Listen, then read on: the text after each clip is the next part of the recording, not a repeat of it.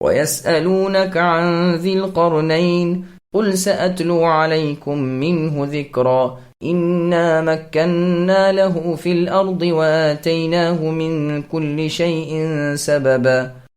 اور آپ سے اے نبی وہ ذوالقرنین کا واقعہ لوگ دریافت کر رہے ہیں، تو آپ کہہ دیجئے کہ میں ان کا تھوڑا سا حال تمہیں پڑھ کر سناتا ہوں۔ ہم نے اسے زمین میں قوت عطا فرمائی تھی اور اسے ہر چیز کے سامان بھی عنایت کر دیے تھے۔ سامعین، اب آیتوں کی تفسیر سماعت کیجیے۔ ذوالقرنین کا واقعہ پہلے گزر چکا کہ کفار مکہ نے اہل کتاب سے کہلوایا تھا کہ ہمیں کچھ ایسی باتیں بتلاؤ جو ہم محمد صلی اللہ علیہ وسلم سے دریافت کریں اور ان کے جواب آپ سے نہ بن پڑیں۔ تو انہوں نے سکھایا تھا کہ ایک تو ان سے اس شخص کا واقعہ پوچھو جس نے روئے زمین کی سیاحت کی تھی، دوسرا سوال ان سے اس نوجوان کی نسبت کرو جو بالکل لاپتہ ہو گیا تھا، اور تیسرا سوال ان سے روح کی بابت کرو۔ ان کے ان سوالوں کے جواب میں یہ سورہ کہف نازل ہوئی۔ ذوالقرنین کون ہے؟ تعجب ہے کہ امام ابو زرعہ رازی جیسے علامہ زمان نے اسے اپنی کتاب دلائل النبوت میں پوری وارد کی ہے۔ فی الواقع یہ بیان ان جیسے بزرگ سے تو تعجب خیز چیز ہی ہے۔ اس میں جو ہے کہ یہ رومی تھا، یہ ٹھیک نہیں۔ اسکندر ثانی رومی تھا، وہ فلپس مقدونی کا لڑکا ہے جس سے روم کی تاریخ شروع ہوتی ہے، اور سکندر اول تو بقول ازرقی وغیرہ ابراہیم علیہ السلام کے زمانے میں تھا۔ اس نے آپ کے ساتھ بیت اللہ شریف کی بنا کے بعد طواف بیت اللہ کیا ہے، آپ پر ایمان لایا تھا، آپ کا تابعدار بنا تھا۔ انہی کے وزیر خضر تھے، اور سکندر ثانی کا وزیر اسطاطلیس مشہور فیلسوفی تھا، واللہ اعلم۔ اس نے مملکت روم کی تاریخ لکھی، یہ مسیح علیہ السلام سے تقریباً 300 سال پہلے تھا، اور سکندر اول جس کا ذکر قرآن کریم میں ہے یہ ابراہیم خلیل اللہ علیہ السلام کے زمانے میں تھا، جیسے ازرقی وغیرہ نے ذکر کیا ہے۔ جب ابراہیم علیہ السلام نے بیت اللہ شریف بنایا تو اس نے آپ کے ساتھ طواف کیا تھا اور اللہ تعالیٰ کے نام بہت سی قربانیاں کی تھیں۔ ہم نے بفضلہ ہی ان کے بہت سے واقعات اپنی کتاب البدایہ والنہایہ میں ذکر کر دیے ہیں۔ ذوالقرنین کی وجہ تسمیہ، وہب رحمہ اللہ کہتے ہیں یہ بادشاہ تھے، چونکہ ان کے سر کے دونوں طرف تانبا رہتا تھا اس لیے انہیں ذوالقرنین کہا گیا۔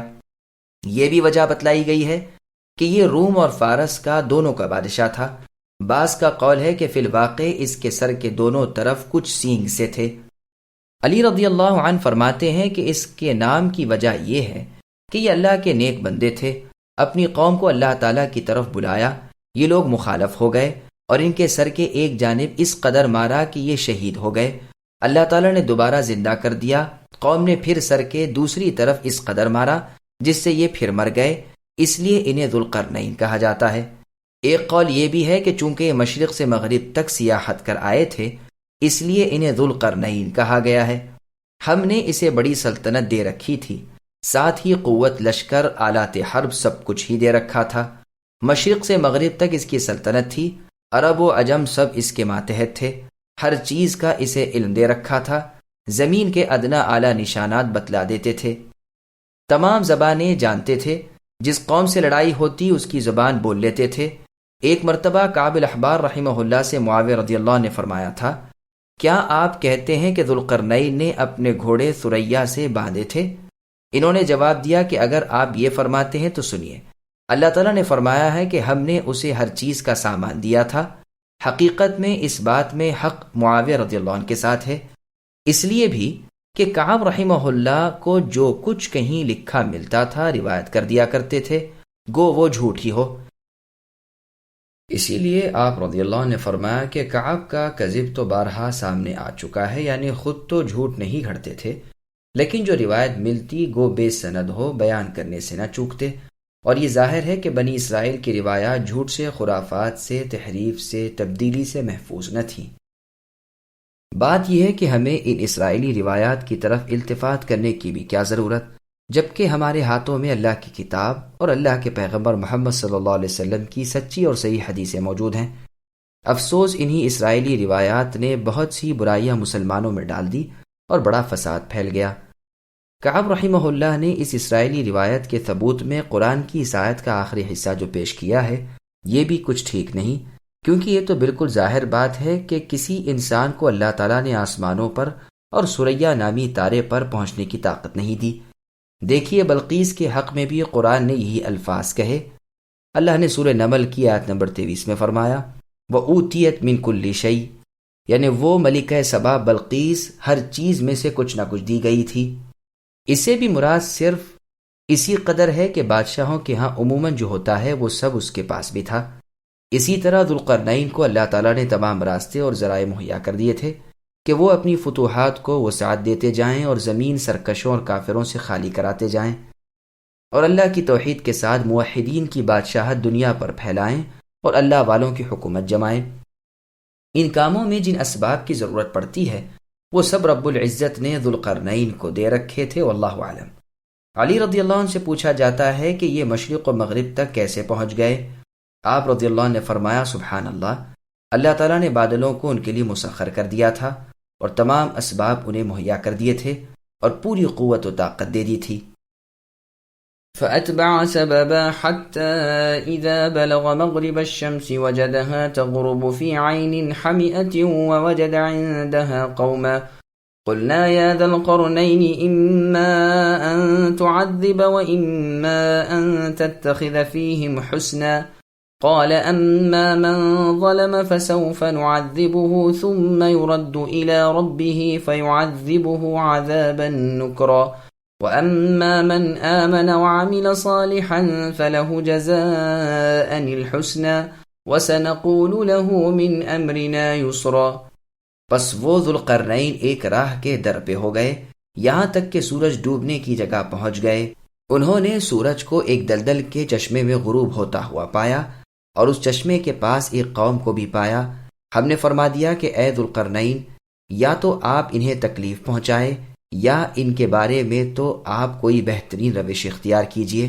جواب دیا کہ جو ظلم کرے گا اسے تو ہم بھی اب سزا دیں گے، پھر وہ اپنے پروردگار کی طرف لوٹایا جائے گا اور وہ اسے پھر سے سخت تر عذاب کریں گے۔ ہاں جو ایمان لائے اور نیک اعمال کرے اس کے لیے تو بدلے میں بھلائی ہے اور ہم اسے اپنے کام میں بھی آسانی ہی کہیں گے۔ سامعین اب ان آیتوں کی تفسیر سماعت کیجیے۔ ذوالقرنین سورج غروب ہونے کی جگہ پہنچے۔ ذوالقرنین ایک راہ لگ گئے، زمین کی ایک سمت یعنی مغربی جانب کوچ کر دیا۔ جو نشانات زمین پر تھے ان کے سہارے چل کھڑے ہوئے، جہاں تک مغربی رخ چل سکتے تھے چلتے رہے، یہاں تک کہ اب سورج کے غروب ہونے کی جگہ پہنچ گئے۔ یہ یاد رہے کہ اس سے مراد آسمان کا وہ حصہ جہاں سورج غروب ہوتا ہے نہیں، کیونکہ وہاں تک کسی کا جانا ناممکن ہے۔ ہاں اس رخ جہاں تک زمین پر جانا ممکن ہے ذوالقرنین پہنچ گئے۔ اور یہ جو بعض قصے مشہور ہیں کہ سورج کے غروب ہونے کی جگہ سے بھی آپ تجاوز کر گئے اور سورج مدتوں ان کی پس پشت غروب ہوتا رہا، یہ بے بنیاد باتیں ہیں اور عموماً اہل کتاب کی خرافات ہیں، اور ان میں سے بھی بددینوں کی گھڑنت ہیں اور محض دروغ بے فروغ ہیں۔ سورج کہاں غروب ہوتا ہے؟ الغرض جب انتہائے مغرب کی سمت پہنچ گئے تو یہ معلوم ہوا کہ گویا بحر محیط میں سورج غروب ہو رہا ہے۔ جو بھی کسی سمندر کے کنارے کھڑا ہو کر سورج غروب ہوتے ہوئے دیکھے گا، بظاہر یہی منظر اس کے سامنے ہوگا کہ گویا سورج پانی میں ڈوب رہا ہے، حالانکہ سورج چوتھے آسمان پر ہے اور اس سے الگ کبھی نہیں ہوتا۔ حمیئہ یا تو مشتق ہے حمأتن سے یعنی چکنی مٹی۔ قرآن میں سورہ حجر کی آیت نمبر 28 میں اللہ تعالیٰ کا فرمان ہے انی خالق بشرا من صلصال من حمأ مسنون، اس کا بیان گزر چکا ہے۔ یہی مطلب ابن عباس رضی اللہ عنہما سے سن کر نافع رحمہ اللہ نے سنا کہ کعب رحمہ اللہ فرماتے تھے تم ہم میں سے زیادہ قرآن کے عالم ہو، لیکن میں تو کتاب میں دیکھتا ہوں کہ وہ سیاہ رنگ مٹی میں غائب ہو جاتا تھا۔ ایک قرات میں فی عین حامیۃ ہے، یعنی گرم چشمے میں غروب ہونا پایا۔